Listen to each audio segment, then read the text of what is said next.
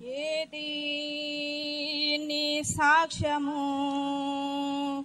ఓ నా సహోదరి, ఏది నీ సమర్పణ నా ప్రియ సోదరి, ఏది నీ సాక్ష్యము ఓ నా సహోదరి, ఏది నీ సమర్పణ నా ప్రియ సోదరి. ఎలా సాగుతున్నావు, ఎవరిలా ఉన్నావు, ఎలా సాగుతున్నావు, ఎవరిలా ఉన్నావు. క్రీస్తు కొరకు సాగితే ధన్యురాలవుతావు, క్రీస్తు కొరకు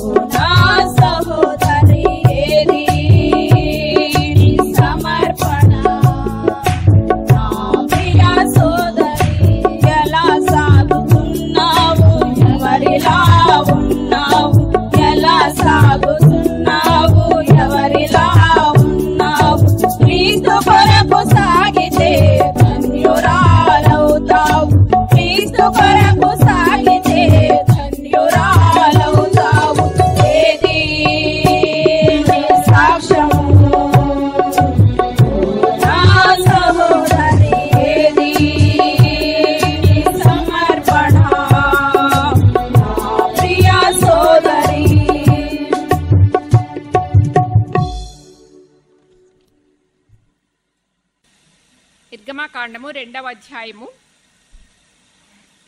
మొదటి వచనము చదువుకుందాం. 2వ అధ్యాయము మొదటి వచనము. లేవి వంశస్థుడొకడు వెళ్ళి లేవి కుమార్తెను వివాహము చేసుకునేను. తర్వాత ఇదే గ్రంథంలో 6వ అధ్యాయము 20వ వచనము. అమ్రాము తన మేనత్త అయిన యోకెబెదును పెళ్లి చేసుకునేను. ఆమె అతనికి అహరోనును మోషేను కనెను. చిన్న ప్రార్థన చేసి వాక్యం ధ్యానం చేద్దాం. మహిమగల మా ప్రియ ప్రభువా, పరిశుద్ధుడమైన మా తండ్రి, పూజనీయుడమైన మా దేవా, మా స్తుతులకు పాత్రుడమైన ప్రభువా, సింహాసనాసీనుడమైన గొప్ప దేవా, ఈ సాయంకాల వేళ సోదరీలంగా ఇంకా మీ సన్నిధిలో మేము కొనసాగడానికి మీరు కృప చూపిస్తున్నందున మా తలలు వంచి మిమ్మల్ని స్తుతిస్తున్నాం, మిమ్మలను పూజిస్తున్నాం, మిమ్మలను కొనియాడుతున్నాం. గత రాత్రి లేక ఈరోజు ఉదయం నుండి మీరు జరిగించుతున్న మీ పనిని బట్టి మీకు స్తోత్రములు, మీ సన్నిధి భాగ్యాన్ని బట్టి మీకు స్తోత్రములు, మీ ప్రియ కుమారుని బట్టి మీకు స్తోత్రములు. రక్షణ భాగ్యం మీరు మాకు అనుగ్రహించారు, విశ్వాసం నందు భాగ్యవంతులనుగా చేశారు. మీ సన్నిధి, మీ వాక్య భాగ్యము మాకు అనుగ్రహించి నడిపిస్తున్నందున మీకు వందనాలు చెల్లించుకుంటున్నాం. మా ప్రియ ప్రభువా, ఉదయం నుండి పలు రీతులుగా మీరు మాతో మాట్లాడుతున్నారు, మమ్మలను సరిచేస్తున్నారు, మమ్మలను గద్దిస్తున్నారు, ఖండిస్తున్నారు, బుద్ధి చెప్తున్నారు, నీతి యందు శిక్షణ చేయుచున్నారు. మా తలలు వంచి మిమ్మల్ని స్తుతిస్తున్నాం, మిమ్మలను కొనియాడుతున్నాం. ఈ పందిళ్ళపల్లి స్థానిక సంఘము ద్వారా ప్రతి సంవత్సరము మీరు జరిగించుతున్న మీ పనిని బట్టి మీకు వందనాలు. మా ప్రియ ప్రభువా, చుట్టుప్రక్కల గ్రామాల నుండి సంఘాల నుండి అనేకులు చేరి రావడానికి, మీ సన్నిధిని అనుభవించడానికి మీరు కృప చూపిస్తున్నారు. మీకు స్తోత్రములు. ఇంకను మీ సన్నిధిలో మీ వైపు మేము చూస్తున్నాం, మీ స్వరము మేము వినగోరుతున్నాం. మాతో మీరు మాట్లాడుమని వేడుకుంటున్నాం. మమ్ములను సంధించండి, మమ్మలను దర్శించండి, మీ తాకిడిని పొంది వెళ్ళడానికి మీరు కృపను చూపించమని వేడుకుంటున్నాం. నిష్ప్రయోజకురాల్ని నన్ను కనికరించండి. మీ వాక్యాన్ని అందించటలో మీ ఆత్మ సహాయం అనుగ్రహించి మా అందరికీ క్షేమము, దీవెన, దిద్దుబాటు, పురికొల్పు కలిగించండి. మహిమ, ఘనత, ప్రభావాలు మీరే పొందుమని మా ప్రియ రక్షకుడును మీ ప్రియ కుమారుడునైన క్రీస్తు యేసు మహిమగల నామముననే స్తుతించి దీన మనస్సుతో ప్రార్థిస్తున్నాం తండ్రి, ఆమేన్. ప్రభునందు ప్రియ సోదరీలారా, ఈ సాయంకాల వేళ నిర్గమకాండము 2వ అధ్యాయంలో ఒక వచనము, 6వ అధ్యాయంలో మరొక వచనము చదువుకున్నాం. ఈ 2 వచనాలలో నుండి కొన్ని విషయాలు మీతో పంచుకోవాలని చెప్పి నేను ఆశిస్తున్నాను. సమయము 4 నుండి 5 వరకు అన్నారు కాబట్టి నేను త్వరగానే ముగించడానికి ప్రయత్నం చేస్తానమ్మా. మనం చదువుకున్నటువంటి ఈ వాక్య భాగంలో మొదటి వచనములో 2వ అధ్యాయము మొదటి వచనము, లేవి వంశస్థుడొకడు వెళ్ళి లేవి కుమార్తెను వివాహము చేసుకొనెను అని చెప్పి మనం చూస్తున్నాం. నిర్గమకాండం అని మనము చెప్పుకున్నాం కదమ్మా. ఈ నిర్గమకాండము దైవ గ్రంథానికి అంతటికి తాళపు చెవి వంటిది అని మనము రాజారావు గారు ఉన్నప్పుడు మనం విన్నాము, తర్వాత కూడా అప్పుడప్పుడు మనం వింటున్నాం. తాళపు చెవి వంటిది నిర్గమకాండం. దైవ గ్రంథ సారాంశం అంతా కూడా రక్షణ లేక విమోచన అని చెప్పి మనం ఎరుగుదు. ఆ ప్రధాన అంశము యొక్క తాళపు చెవి నిర్గమకాండం. ఆది కాండములో సృజించబడిన దేవుని జనాంగం ఉంటే నిర్గమకాండములో విమోచించబడిన దేవుని జనాంగం ఉన్నట్లు మనము ఎరుగుదుము కదమ్మా. ఈ గ్రంథంలో కనబడుతున్న సోదరీలను గురించి మనము ధ్యానించాలంటే ఈ స్త్రీలు కూడా నిర్గమకాండములోని అనుభవాల గుండా వచ్చిన వారే. అంటే నిర్గమకాండంలో విమోచించబడిన దేవుని ప్రజలు ఉన్నారు, వారు విమోచించబడిన వారు. ఫరో అధికారము నుండి, ఫరో బానిసత్వము నుండి, దాసత్వము నుండి, ఆ చెర నుండి, ఆ బంధకాల నుండి, ఆ ఇనుప కొలిమి నుండి, ఆ మూలుగు నుండి, ఆ నిట్టూర్పు నుండి, ఆ కఠినమైన సేవ నుండి వారు విమోచించబడిన వారుగా కనబడుతున్నారు. వారు విమోచించబడ్డవారు. ఆయన తన బాహుబలమును చాపి వారిని విమోచించాడు. తన తీర్పులు కనుపరచి విమోచించాడు. తన చాచిన చేతితో తన ప్రజలను విమోచించాడు. ఐగుప్తు నుండి విమోచించాడు. ఐగుప్తు అంటే చీకటి. చీకటి నుండి విమోచించబడిన వారు, గోషెను దేశము నుండి విమోచించబడిన వారుగా కనబడుతున్నారు. కఠినమైన దాసత్వము నుండి వారు విడుదల పొందిన వారుగా కనబడుతున్నారు. పస్కా బలి పశువు రక్తము ద్వారా వారు విమోచించబడిన వారు. అలాగైతే ఈ గ్రంథము మనకి చక్కని పోలికగా కనిపిస్తుంది కదమ్మా. మనము కూడా విమోచించబడిన వారమే.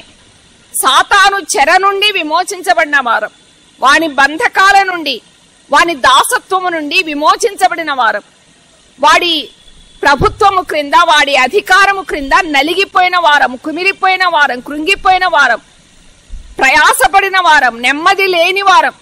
కానీ ప్రభు తన దక్షిణ హస్తాన్ని పరము నుండి చాపాడు కదమ్మా. 74వ కీర్తనలో చూడండి, 74వ కీర్తన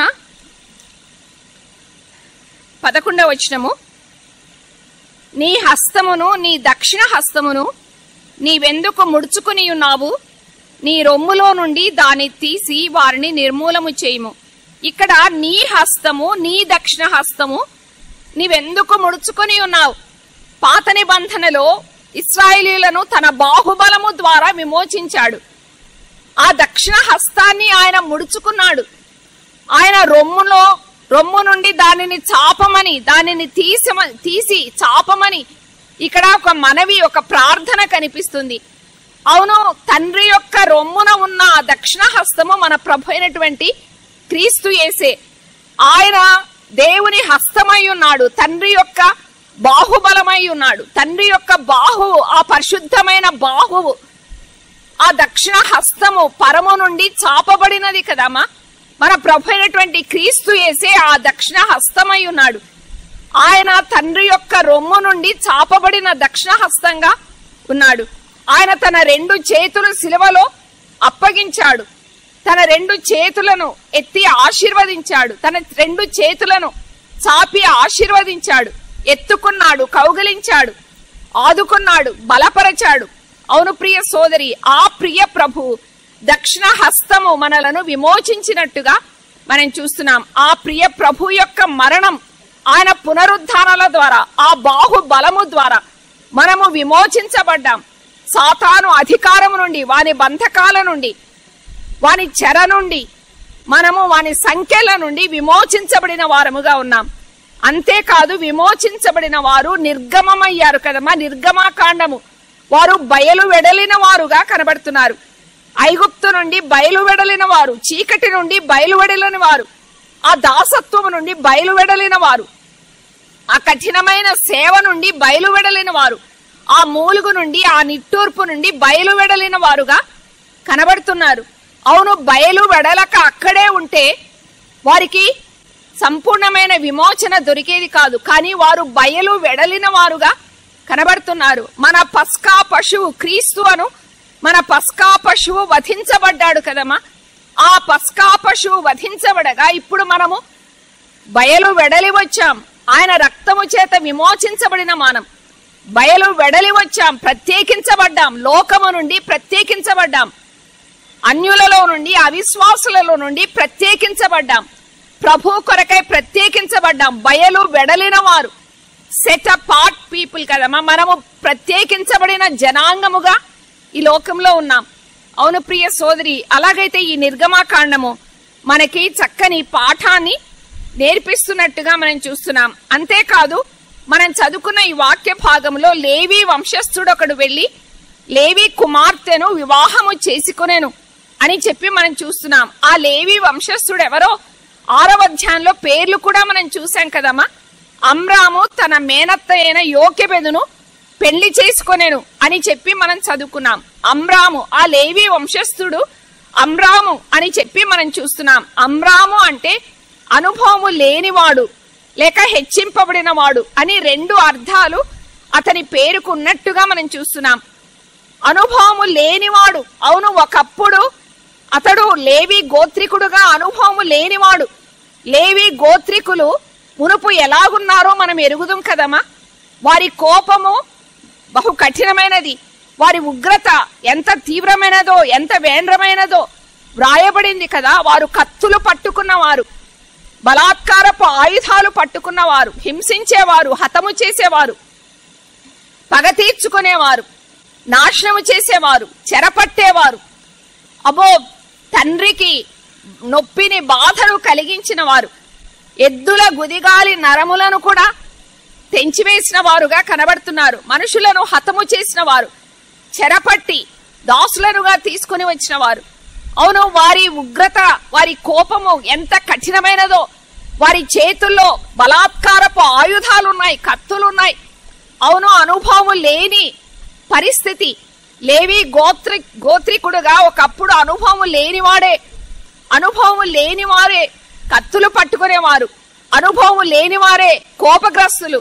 ఈనాడు ఇంకా మనకు కోపం ఉందా, ఉగ్రత ఉందా, ఆయాసం ఉందా, అసూయ ఉందా, ద్వేషముందా, సహింప నలవిగాని మత్సరమున్నదా?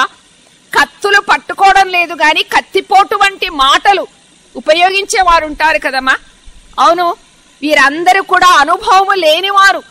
ఇటువంటి పరిస్థితి మనలో ఉందంటే మనకు కూడా అనుభవము లేదు, ఆత్మానుభవము లేదు, వాక్యానుభవము లేదు, నీతి మార్గమును అనుభవపూర్వకముగా ఎరుగని వారం, నీతి వాక్యమును అనుభవములో ఎరుగని వారం.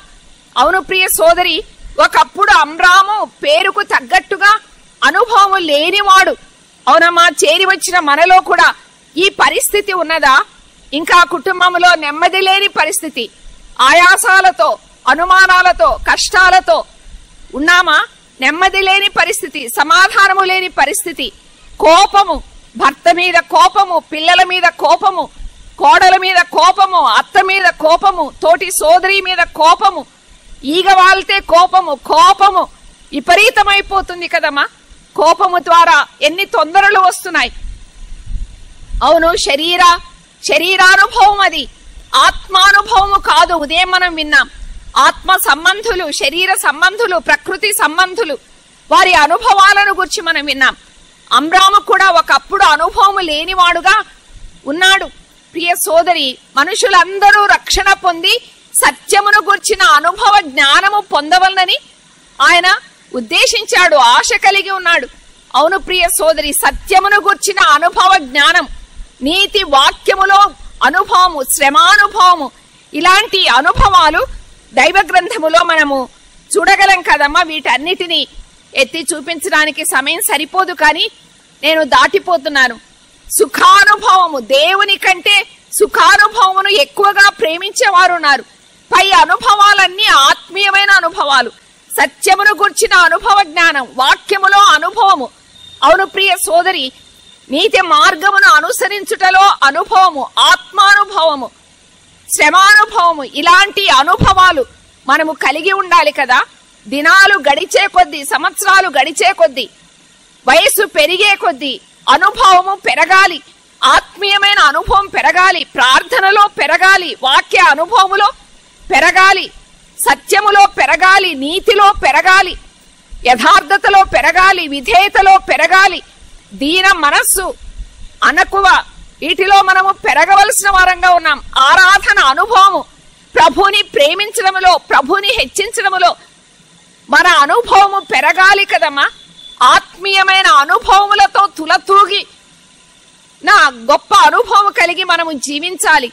కానీ వీటన్నిటిని మించి, వీటిని ప్రక్కన పెట్టి దేవుని కంటే సుఖానుభవమును ఎక్కువగా ప్రేమిస్తున్నామా? దేవుని సన్నిధి కంటే సుఖము ఇంటిలో కూర్చోవడం, లేకపోతే ఫ్యాన్ వేసుకొని పడుకోవడం, ఈ మధ్య ఏసీలు, అబ్బో సుఖంగా ఉండడం, నెమ్మది లేని పరిస్థితి కదమ్మా. సుఖానుభవమును ఎక్కువగా ప్రేమిస్తున్నావా?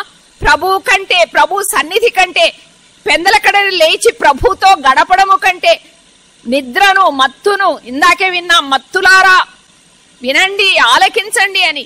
అవును, మత్తులమై మనం ఉంటున్నామా? లేవవలసిన సమయంలో లేవడం లేదు, పనులు చేసుకోవాల్సిన రీతిగా చేసుకోలేకపోతున్నాం, కుటుంబ జీవితంలో అనుభవం లేని వారంగా ఉన్నాం. కానీ ప్రియ సోదరి, మనమైతే ఈ అమ్రాము పేరు అలాగుంది, కానీ అమ్రాము యోకెబెదును చేరిన తర్వాత అతని అనుభవం మారింది. మనము ఈ రీతిగా కాదు కానీ అనుభవము గలవారముగా సాగాలి. యోకెబెదు అంటే చక్కని అర్థం ఉన్నది. యోకెబెదు అంటే యో అనే మాటలో యెహోవా కనబడుతున్నాడు.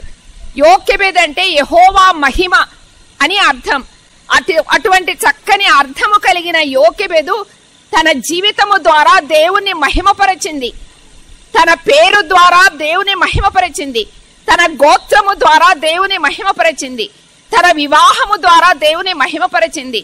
తాను సంతానము పొందుట ద్వారా ప్రభుని మహిమపరిచింది. ఆ పిల్లలను పెంచడము ద్వారా ప్రభుని మహిమపరిచింది. తన పిల్లలను ప్రభు కొరకై పెంచింది. ప్రభు మహిమ కొరకై పెంచింది. అవును, ఆమె జీవితం అంతా ప్రభుకి మహిమకరంగా ఉన్నట్టుగా మనం చూస్తున్నాం. ప్రియ సోదరి, మన జీవితం ఎలాగున్నది? అమ్రాము యోకెబెదును పెళ్లి చేసుకున్నాడు. అమ్రాము ఒకప్పుడు అనుభవం లేనివాడు, కానీ యోకెబెదు సహవాసములో యోకెబెదును పెళ్లి చేసుకున్న తర్వాత అతని అనుభవం మారింది. ఇప్పుడు అనుభవం గలవాడయ్యాడు. ఇప్పుడు ఆత్మీయంగా ఎదుగుదల, విశ్వాసములో అనుభవం గలవాడు. ఇప్పుడు విశ్వాసములో వీరుల పట్టీలో చేరాడు కదమ్మా. హెబ్రీ పత్రిక 11లో విశ్వాస వీరుల పట్టీ ఉన్నది. అందులో ఈ అమ్రాము యోకెబెదును చేరినట్టుగా మనం చూస్తున్నాం. అవును, మన అనుభవము పెరిగిందా, మన అనుభవము మారిందా ఆలోచించాలి. మరొక అర్థాన్ని కూడా మనం చెప్పుకున్నాం, హెచ్చింపబడిన వాడు. అనుభవం లేనివాడు ఎలాగూ హెచ్చింపబడగలడు? అనుభవహీనులను లోకము ఎన్నిక చేయదు కదమ్మా. నీకు అనుభవం లేదు, ఎక్స్పీరియన్స్ లేదని వెనక్కి పంపిస్తారు. కానీ అనుభవం లేదు అని ప్రభు హస్తాలకు అప్పగించుకున్నప్పుడు ప్రభు మనల్ని పదును పెట్టేవాడు, మనల్ని సిద్ధపరిచేవాడు, మనలను ఉపయోగించేవాడు. ఆయన మనల్ని హెచ్చించేవాడు కదమ్మా. హెచ్చు తూర్పు నుండి అయినా పడమటి నుండి అయినా కలుగదు. హెచ్చింపు ఆయన ద్వారానే కలుగుతుంది. మన కొమ్మును హెచ్చించువాడు ఆయనే. ఆ నీతిగల ప్రభు మనలను హెచ్చించువాడుగా కనబడుతున్నాడు. దీనులను ఆయన హెచ్చించువాడుగా కనిపిస్తున్నాడు కదమ్మా. హన్నా పాడిన పాటలో కూడా మనం చూడగలం. మరియ కూడా పాడింది కదా, దీనులను ఆయన పైకి లేవనెత్తువాడు, పెంట కుప్ప మీద నుండి మంటి నుండి వారిని పైకి లేవనెత్తువాడుగా కనబడుతున్నాడు. అవును, ఆ ప్రభు మనలను హెచ్చించువాడు. అసలు ఇశ్రాయేలు జనాంగం, వీరు ఇశ్రాయేలు జనాంగానికి చెందినవారు కదమ్మా. వీరిని ప్రభు హెచ్చించాడు. సర్వలోకములో అన్ని జనాంగాల కంటే ఇశ్రాయేలు జనాంగాన్ని అన్ని జనాంగాల కంటే ఎక్కువగా హెచ్చించిన వారుగా కనిపిస్తున్నాడు. అవును, ఆయన హెచ్చించాడు, ఇశ్రాయేలీలను హెచ్చించాడు. వారు జ్ఞానములో అందరికంటే గొప్పవారు, బలములో గొప్పవారు, శౌర్యములో గొప్పవారు. అవును, వారికి తెలిసినంత టెక్నాలజీ ప్రపంచంలో మరి ఏ ఇతర జనాంగానికి కూడా తెలియదు. వారికి తెలిసిన మెడికల్ సైన్స్ ప్రపంచంలో మరి ఎవరికి కూడా తెలియదు. వారికి ఉన్నటువంటి యుద్ధ నైపుణ్యత ప్రపంచంలో మరి ఎవరికి కూడా లేదు.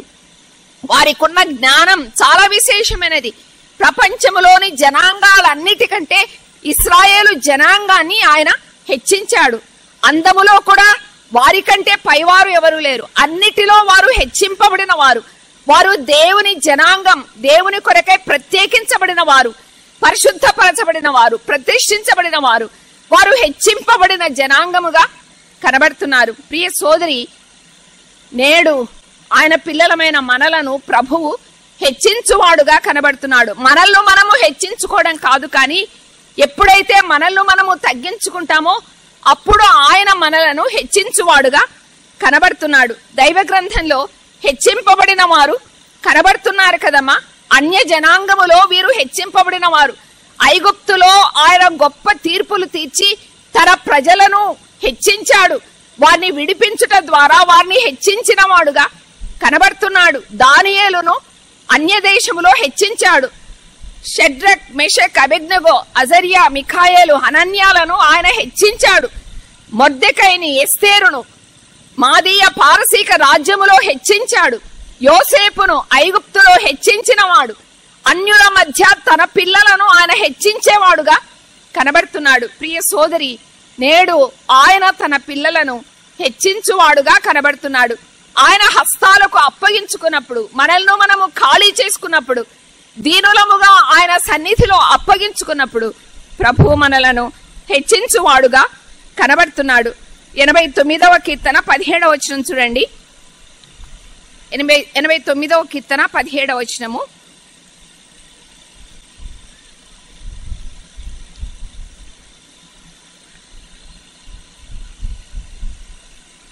వారి బలమునకు అతిశయాస్పదము నీవే, నీ దయచేతనే మా కొమ్ము హెచ్చింపబడుచున్నది. అవును, నీ దయచేతనే మా కొమ్ము హెచ్చింపబడుచున్నది. అవును ప్రియ సోదరి, ఆయన తన దయచేత మనలను హెచ్చించువాడు. తన దయచేత యాజకత్వపు పని లేవీయులకు అప్పగించిన వాడు. అవును, ఆయన తన దయచేత మనలను ప్రత్యేకపరుచుకున్నవాడు, హెచ్చించిన వాడుగా కనబడుతున్నాడు. సరే, మనము దాటిపోదాం. నిర్గమాకాండము 2వ అధ్యాయము 1వ వచనం చూడండి అమ్మా. లేవి వంశస్థుడు ఒకడు వెళ్లి లేవి కుమార్తెను వివాహము చేసుకొనెను అని చెప్పి మనం చూస్తున్నాం. ఇక్కడ లేవి వంశస్థుడు లేవి కుమార్తెను వివాహము చేసుకొనెను. ఇందాక దైవ సేవకులు వివాహాన్ని గురించి చెప్పారు. రాజకుమార్తె వెళ్లి యాజకుని పెళ్లి చేసుకుందట. అది చాలా విశేషమైన సంగతి కదమ్మా. రాజకుమార్తె యాజకుని పెళ్లి చేసుకోవడం అది చాలా ఉన్నతమైన అనుభవం, ఆత్మీయమైన అనుభవం. ఇక్కడ మరొక సంగతి మనం చూస్తున్నాం. లేవి వంశస్థుడు వెళ్లి లేవి కుమార్తెను వివాహం చేసుకున్నాడు. కుమార్తె అంటే, లేవి కుమార్తె అంటే ఇక్కడ కన్యక అని మనకు అర్థమవుతుంది కదమ్మా. లేవి వంశస్థుడు ఒకరు వెళ్లి లేవి స్త్రీని పెళ్లి చేసుకోలేదు, లేవి కుమార్తెను పెళ్లి చేసుకున్నట్టుగా మనం చూస్తున్నాం. అంటే ఈమె తన జీవితాన్ని కాపాడుకుంది, తన సాక్ష్యాన్ని కాపాడుకుంది. తండ్రి ఇంట తన జీవితాన్ని పదిలపరుచుకుంది. కన్యకగా తన శీలాన్ని కాపాడుకుంది. దైవ గ్రంథములో మనము ధర్మశాస్త్రములో గమనించినట్లయితే ఏ తండ్రి ఇంటనైనా ఏ కన్యకైనా కన్యాత్వాన్ని కోల్పోతే ఆమెను తండ్రి ఇంటి దగ్గరకు తీసుకొని వచ్చి అక్కడ రాతివేతల చేత ఆ కన్యకను చావగొట్టాలి అని చెప్పి మనం చూస్తున్నాం. కానీ ఈమె జీవితంలో అటువంటి పరిస్థితి లేదు కదమ్మా. లేవి కుమార్తెగా తన సాక్ష్యాన్ని ఎంత పదిలపరుచుకుందో, ఎంత జాగ్రత్తగా కాపాడుకుందో. కన్యాత్వాన్ని కాపాడుకున్న యవనురాలు. లేవి వంశస్థుడొకడు వెళ్లి లేవి కుమార్తెను వివాహం చేసుకున్నాడు. అది వాక్యానుసారమైన వివాహము కదా. లేవి వంశస్థుడు రూబేను గోత్రికుని పెళ్లి చేసుకోలేదు, షిమ్యోను గోత్రికుని పెళ్లి చేసుకోలేదు, యూదా గోత్రికురాలిని పెళ్లి చేసుకోలేదు. ఇక మిగిలిన ఏ గోత్రానికి చెందిన ఏ కన్యకనైనా పెళ్లి చేసుకోలేదు. కానీ లేవి వంశస్థుడు లేవి వంశస్థురాలినే పెళ్లి చేసుకున్నట్టుగా మనం చూస్తున్నాం. ఇది వాక్యానుసారమైన వివాహం, దైవ చిత్తానుసారమైన వివాహం, ధర్మశాస్త్రాన్ని అనుసరించిన వివాహం. సంఖ్యాకాండంలో మనం చూస్తున్నాం, ఏ గోత్రములోని వారు ఆ గోత్రికులనే పెళ్లి చేసుకోవాలని చెప్పి మనం చూస్తున్నాం. వారి స్వాస్థ్యము వేరే గోత్రానికి వెళ్ళకూడదు అని చెప్పి దేవుడైన యెహోవా ఆజ్ఞాపించాడు. కాబట్టి వీరు తమ గోత్రికురాలనే పెళ్లి చేసుకోవాలి. ఇక్కడ లేవి వంశస్థుడు లేవి కుమార్తెను వివాహం చేసుకోవడం ద్వారా దైవ చిత్తాన్ని నెరవేర్చిన వాడుగా కనిపిస్తున్నాడు. ప్రియ సోదరి, మన కుటుంబాలు ఎలాగున్నాయి, మన వివాహాలు ఎలాగున్నాయి దైవ గ్రంథంలో? ఇందాకే మనము ఒక వివాహాన్ని లేక 2 వివాహాలను గురించి మనం విన్నాం.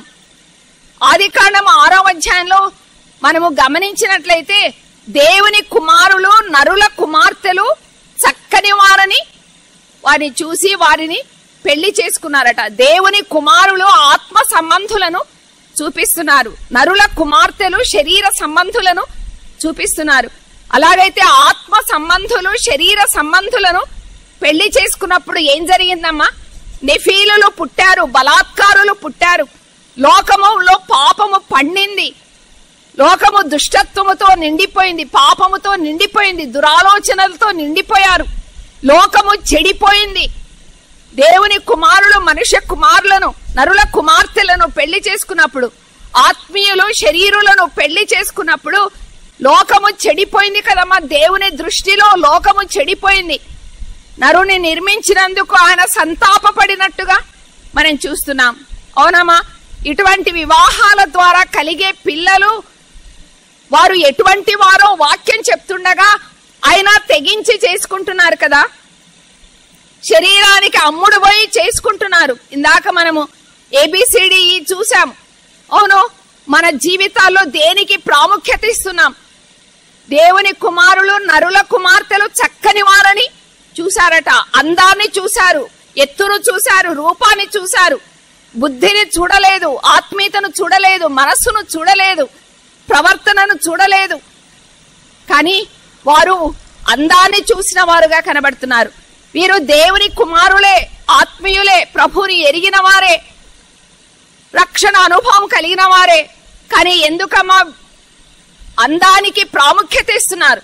పై రూపాన్ని లక్ష్య పెడుతున్నారు. ప్రభు లక్ష్య పెట్టని వాటిని మనమెందుకు లక్ష్య పెట్టాలి? ఎత్తును చూస్తున్నారు, రంగును చూస్తున్నారు, ఇంకా రకరకాలుగా వారి నడకను చూస్తున్నారు, వారి చేతులు కాళ్లను కూడా చూసేవారు ఉంటారట. వారి వారి దేహ దారుఢ్యాన్ని చూస్తున్నారు. కానీ ఇవన్నీ చూస్తున్నారు, కానీ ఆత్మీయతను చూడలేకపోతున్నారు. వారిలో ప్రభు ఉన్నాడా? వారిలో విశ్వాసం ఉన్నదా?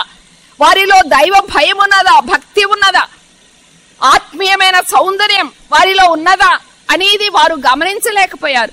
అందుకే తర్వాత కలిగిన సంతానం ఎంత భ్రష్ట సంతానము వారికి కలిగిందో మనం చూస్తున్నాం. వారిని బట్టి దేవుని హృదయము సంతాపము నొందినట్లుగా మనం చూస్తున్నాం. అవునమ్మా, మన వివాహాల ద్వారా కలిగే ఫలాన్ని బట్టి దేవునికి సంతోషం కలుగుతుందా, సంతాపము కలుగుతుందా ఆలోచించాలి.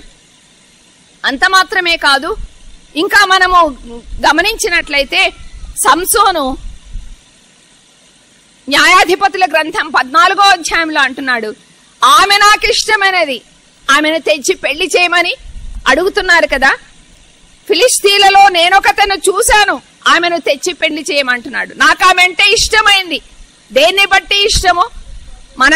మన జనాంగములో, మన ప్రజల మధ్య, సున్నతి పొందిన వారి మధ్య స్త్రీలు కన్యకలు లేరని మరొక ఫిలిస్తీన్లలో నుండి నువ్వు స్త్రీని తెచ్చుకుంటావా అంటే అతడు ఏమంటున్నాడు? ఆమె నాకు ఇష్టమైనది, ఏమీ చూడడం లేదు. లవ్ ఇస్ బ్లైండ్ అంటారు, అందుకే కదమ్మా. ప్రేమ గ్రుడ్డిది, కొన్నిసార్లు గ్రుడ్డి ప్రేమ, చూడలేని ప్రేమ. వారి జీవితాన్ని చూడలేరు. ఏమి చూసి పెళ్లి చేసుకున్నావు? ఏముంది? అందముందా, చదువు ఉందా, విద్య ఉందా, ఉద్యోగం ఉందా, జీవితం ఉందా? ఏమీ లేదు. బుద్ధి లేదు, భక్తి లేదు, విశ్వాసం లేదు, ఏమీ లేదు. కుటుంబ పరిస్థితి సరిగా లేదు. ఏ రకంగా కూడా సరిపోయిన వ్యక్తి కాదు. ఏమీ లేని వ్యక్తిని గ్రుడ్డిగా ప్రేమించి పెళ్లి చేసుకోవడం, తద్వారా తన జీవితంలో ఎంత నష్టపోయాడు. సంసోను ప్రతిష్టను కోల్పోయాడు, వ్రతమును కోల్పోయాడు, బలమును కోల్పోయాడు. గొప్ప బలాఢ్యుడు కదమ్మా. సంసోను కంటే బలాఢ్యులు దైవ గ్రంథంలో కనబడడం లేదు. అటువంటి బలాఢ్యుడు ఒక స్త్రీ చేతిలో బలహీనుడయ్యాడు కదా, గ్రుడ్డివాడయ్యాడు, చెరలోనికి వెళ్ళాడు, దాసుని పరిస్థితిలోనికి వెళ్ళాడు. ప్రియ సోదరి, మన కుటుంబాలు ఎలాగున్నాయి, వివాహాలు ఎలాగున్నాయి, ఎటువంటి పర్యవసానాలు మనం ఎదుర్కోవాల్సి వస్తుంది, ఎటువంటి ఫలితాలు మనము కోయవలసి వస్తుంది. సరే, సంసోను సంగతి, ఆ దేవుని కుమారుల సంగతి మనం చూస్తున్నాం. కానీ దావీదు ఏమయ్యాడు? సమూయేలు మొదటి గ్రంథం 18లో మనం చూస్తున్నాం. రాజునకు అల్లుడు కావాలనన్న కోరిక చేత గడువు దాటక ముందే వెళ్లి రాజు అడిగిన లెక్క అప్పగించి మీకాలును పెళ్లి చేసుకున్నాడు కదమ్మా. ఆత్మీయుడు. కానీ ఇప్పుడు తప్పుదారి పట్టాడు కదమ్మా. వివాహములో తప్పుడడుగు వేశాడు. ఎంత ఆత్మీయుడు! ప్రభుని ప్రేమించినవాడు, భక్తి గలవాడు, ప్రభుని హత్తుకున్నవాడు, ప్రభు ఆజ్ఞల వెంబడి నడిచినవాడు, ప్రభుని కీర్తించినవాడు, ప్రభుని ఆరాధించినవాడు, ప్రభుని ప్రార్థించినవాడు, గొప్ప మాదిరి కనుపరిచినవాడు, దేవుని హృదయానుసారుడు. కానీ వివాహములో ఎంత తప్పుటడుగు వేశాడు. రాజునకు అల్లుడు కావాలనన్న కోరిక. తాను అసలు గొర్రెల కాపరి కదమ్మా. యెషయి కుమారుడు గొర్రెల కాపరిగా ఉన్నాడు. మిగిలిన అన్నలు సైన్యములో సైనికులుగా ఉన్నారు. కానీ ఈ చిన్నవాడు, కడసారివాడు గొర్రెల కాపరిగా ఉన్నాడు. గొర్రెల కాపరి నాకు ఒక రాజకుమార్తె దొరకడం గొప్ప సంగతి అనుకున్నాడు. సమాజములో గొప్ప అనుకున్నాడు, దేశములో గొప్ప అనుకున్నాడు. సైన్యములో నేను గొప్పవాడినవుతాను, దేశములో గొప్పవాడినవుతాను, సమాజములో గొప్పవాడినవుతాను. నా స్థితి పెరుగుతుంది, నా హోదా పెరుగుతుంది, నా స్థానం పెరుగుతుంది, నా చేతిలో దుడ్డు కరబోతుంది, రాజదండం వస్తుంది అని అనుకున్నాడు. అవును, రాజునకు అల్లుడు కావాలనన్న కోరిక. ప్రభు ఎలాగైనా అతనిని రాజుగా హెచ్చింపబోతున్నాడు. కానీ ఈ రాజుకు అల్లుడు కావాలనన్న కోరిక గలవాడుగా ఆత్మీయుడు శరీర సంబంధిని పెళ్లి చేసుకున్నాడు. దైవ భయము కలిగిన వాడు భక్తిహీనురాలిని పెళ్లి చేసుకున్నాడు. జీవము గల దేవుని సేవించేవాడు విగ్రహాలను రహస్యంగా కలిగి ఉన్న వ్యక్తిని పెళ్లి చేసుకున్నట్టుగా మనం చూస్తున్నాం. గృహదేవతను కలిగి ఉన్నది కదమ్మా. అవును ప్రియ సోదరి, ప్రభుని ప్రేమించేవాడు, ప్రభు పట్ల ఏమాత్రము ప్రేమ మమకారము లేని ఒక లోకస్తురాల్ని, శరీర సంబంధిని, ఒక అవిశ్వాసిని పెళ్లి చేసుకున్నాడు. అవును, యూదా గోత్రికుడు బెన్యామీను గోత్రికురాల్ని పెళ్లి చేసుకున్నాడు. జీవితములో ఎంత నష్టపోయాడు. ఆశించి పెళ్లి చేసుకున్నాడు, హోదాను కోరి పెళ్లి చేసుకున్నాడు, స్థితిని స్థానాన్ని కోరి పెళ్లి చేసుకున్నాడు, సమాజములో గొప్పతనము పేరు ప్రతిష్టలు కోరుకున్నాడు, పెళ్లి చేసుకున్నాడు. కానీ ఆమె ఎంతో కాలము లేదు కదా, త్వరలోనే దావీదును విడిచిపెట్టి వెళ్లిపోయినట్టుగా మనం చూస్తున్నాం. మరొకరి పెళ్లి చేసుకున్నట్టు మనం ఎరుగుదుము కదా. ప్రియ సోదరి, దేన్ని చూస్తున్నా వివాహములో నీ ప్రమాణము దేని మీద ఉన్నది, దేని మీద నీవు గురి ఉంచావు? వివాహములో ప్రమాణం దేనికి ప్రాముఖ్యత ఇస్తున్నావు ఆలోచించాలి. మరొకటి మనము గమనించినట్లయితే అబీగయీలు కూడా పెళ్లి చేసుకుంది కదమ్మా. అబీగయీలు ఎంత చక్కనిదో మనం ఎరుగుదాం. ఆమె సుందరి, ఆమె సుబుద్ధి కలిగినది. కానీ ఆమె తల్లిదండ్రులు నాబాలుకిచ్చి పెళ్లి చేసిన వారుగా కనబడుతున్నారు. నాబాలుకిచ్చి పెళ్లి చేయడంలో ఏం చూశారు? నాబాలు దుష్టుడు, మోటువాడు, వాడు ఎంత పనికి మాలిన వాడో, బహు పనికి మాలిన వాడు అని వ్రాయబడింది. నాబాలు అంటేనే పేరు ఫూల్ అని చెప్పే అర్థం, బుద్ధిహీనుడు. అటువంటి వ్యక్తికి పెళ్లి చేశారు. అతని గుణాలు అతని జీవితాన్ని చూపిస్తున్నాయి, అతని ముఖములోని కురూపాన్ని చూపిస్తున్నాయి. ఈమెలోని సురూపం చూడడానికి సురూపి మాత్రమే కాదు, ఆమె హృదయము కూడా చక్కనిది కదమ్మా. ఆమె ఆంతర్యము కూడా చక్కనిది, సుబుద్ధి కలిగినది. అవును, సుబుద్ధి కలిగిన ఈమెను తీసుకెళ్లి బుద్ధిహీనునికి ఇచ్చారు కదా. ఈ అందగత్తెను తీసుకొని అందవిహీనునికి ఇచ్చినట్టుగా మనం చూస్తున్నాం. దేని బట్టి? అతని ఆస్తిని చూశారు. అతడు ఆస్తి గలవాడు కదమ్మా. ఆ ప్రదేశపు వారిలో ఆస్తి గలవాడుగా కనబడుతున్నాడు. పొలాలున్నాయి, పశువులున్నారు, దాసులున్నారు. అవును, ఆస్తి గలవాడుగా కనబడుతున్నాడు. ఆస్తిని చూసి మోసపోయారు. ప్రియ సోదరి, నేటి దినాన ఆస్తిని చూస్తున్నావా? అంతస్తును చూస్తున్నావా? ఆత్మీయతను ప్రక్కబెడుతున్నావా? ఆత్మీయమైన జీవితం ఏమాత్రము కోరుకొనకుండా ఉంటున్నావా? కానీ ఈమె జీవితము ద్వారా, ఈమె వివాహము ద్వారా ప్రభుని మహిమపరిచినట్టుగా మనం చూస్తున్నాం. అబ్రహాము మంచి మాదిరిని చూపించాడు కదమ్మా. నేను ఏ దేశస్తుల మధ్య కాపురం చేస్తున్నానో ఆ కనాను కుమార్తెలలో ఒకదానిని వివాహం చేసుకొనక తాను తన దాసుని పంపిస్తున్నాడు. తన కుమారుని కొరకై తన బంధువులలో నుండి ఒక కన్యకను తీసుకుని రమ్మని పంపిస్తున్నాడు. అవును, అది వాక్యానుసారమైన వివాహం, దైవ చిత్తానుసారమైన వివాహం. ఆ ఊరి గవిని యొద్ద ఉన్న బావి దగ్గరకి చేరి ఎలియాజరు ప్రార్థన చేస్తున్నాడు. ఒంటెలను మోకరింపజేసి ప్రార్థిస్తున్నాడు. ఎవరిని సంప్రదించక మునుపు ప్రార్థిస్తున్నాడు. నీవు సిద్ధపరిచిన అమ్మాయిని చూపించమని ప్రార్థిస్తున్నాడు. ఊరి పిల్లలు వస్తున్నారు, కన్యకలు వస్తున్నారు, ఇంతమంది వస్తున్నారు. ఇంతమందిలో ఈ కన్యకలందరూ అబ్రహాము బంధువులే, అబ్రహాముకు చెందిన వారే. కానీ ఇంతమందిలో నీవు నిర్ణయించిన పిల్ల ఎవరై ఉన్నది తెలియజేయమని ప్రార్థించి ముగించక మునిపే వచ్చింది కదమ్మా. ప్రియ సోదరి, అందరూ విశ్వాసులే అని చెప్పి ఎవరో ఒకరిని పెళ్లి చేసుకోవడం కాదు. విశ్వాసులలో ఎవరు ప్రభు దృష్టిలో ఉన్నారు, ఆయన చిత్తములో ఎవరున్నారు? అందరూ బావి దగ్గరికి వచ్చిన వారే. వారందరూ అబ్రహాము దేశస్థులే లేక బంధువులే. వారందరూ అబ్రహాము సంబంధికులే. వారందరూ బావి దగ్గరికే వచ్చారు, నీళ్లు చేదుకోవడానికి వచ్చారు, మంచి పనికే వచ్చారు. కానీ అందులో ప్రభు నిర్ణయించిన కుమార్తె ఎవరు? అవును, విశ్వాసులలో ప్రభు నియమించిన వ్యక్తి ఎవరు? నాకు నియమించిన వ్యక్తిని కనుగోవాలి. ప్రభు నియమించిన వ్యక్తి నా బిడ్డకు, నా కుమారునికి, నా కుమార్తెకు ప్రభు ఎవరిని నియమించాడో. అవును, విశ్వాసిని వివాహమాడాలి అని వాక్యం చెప్తుంది. అంతేకాదు, ఎటువంటి పరిస్థితిలో మనము నిర్ణయం తీసుకుంటున్నాం? సరి అయిన వ్యక్తి కోసం చూస్తున్నామా? ప్రభు నియమించిన బిడ్డ, ప్రభు దృష్టిలో ఉన్న, ప్రభు ఏర్పాటులో ఉన్న ఆ బిడ్డ ఎవరో నువ్వు కనుగొన్నావా? దైవ చిత్తానుసారమైన వివాహముగా మనము మన కుటుంబాలలో మన పిల్లలకు వివాహాలు చేస్తున్నామా?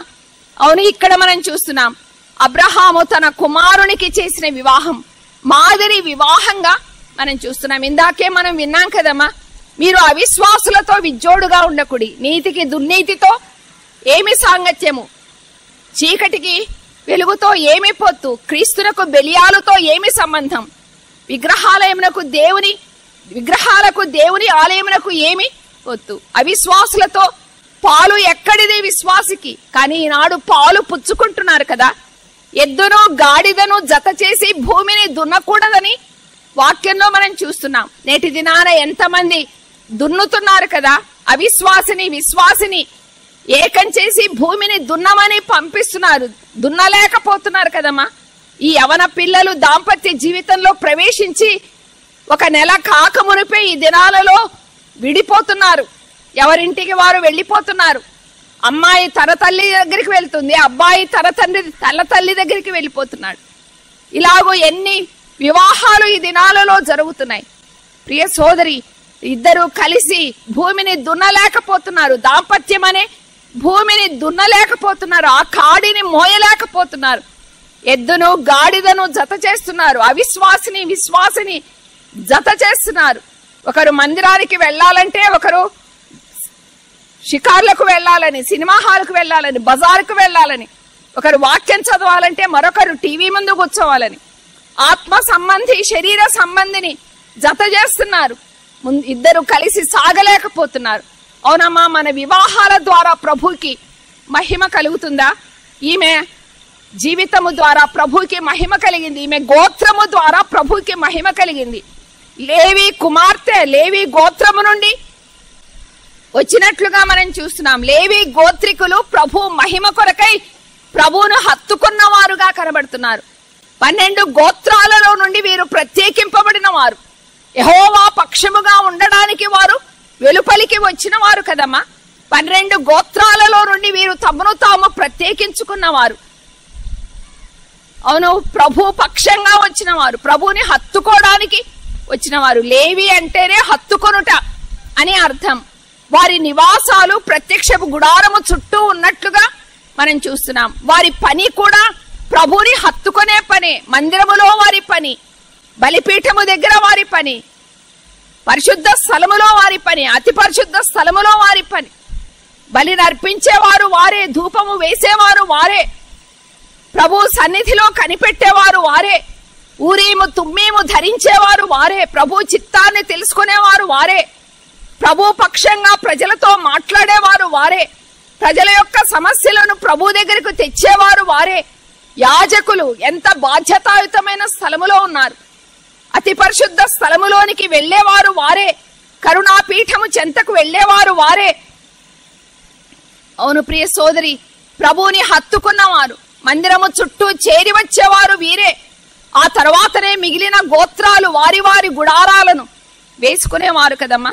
వీరు ప్రభుని హత్తుకున్నవారు, ప్రభు సన్నిధిని హత్తుకున్నవారు, ప్రభు మందిరాన్ని హత్తుకున్నవారు, ప్రభు సేవను హత్తుకున్నవారు, ప్రభు కోసం జీవించిన వారు.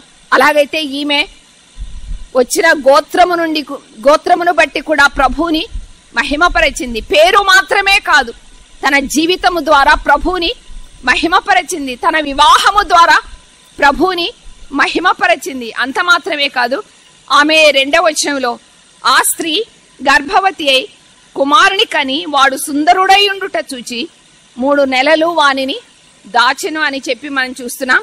మిగిలిన విషయాలు ప్రభు చిత్తమైతే రేపు మనము ధ్యానం చేద్దాం. ప్రభు ఈ కొద్ది వాక్యాన్ని మన ఆత్మల క్షేమం కోసం దీవించునుగాక.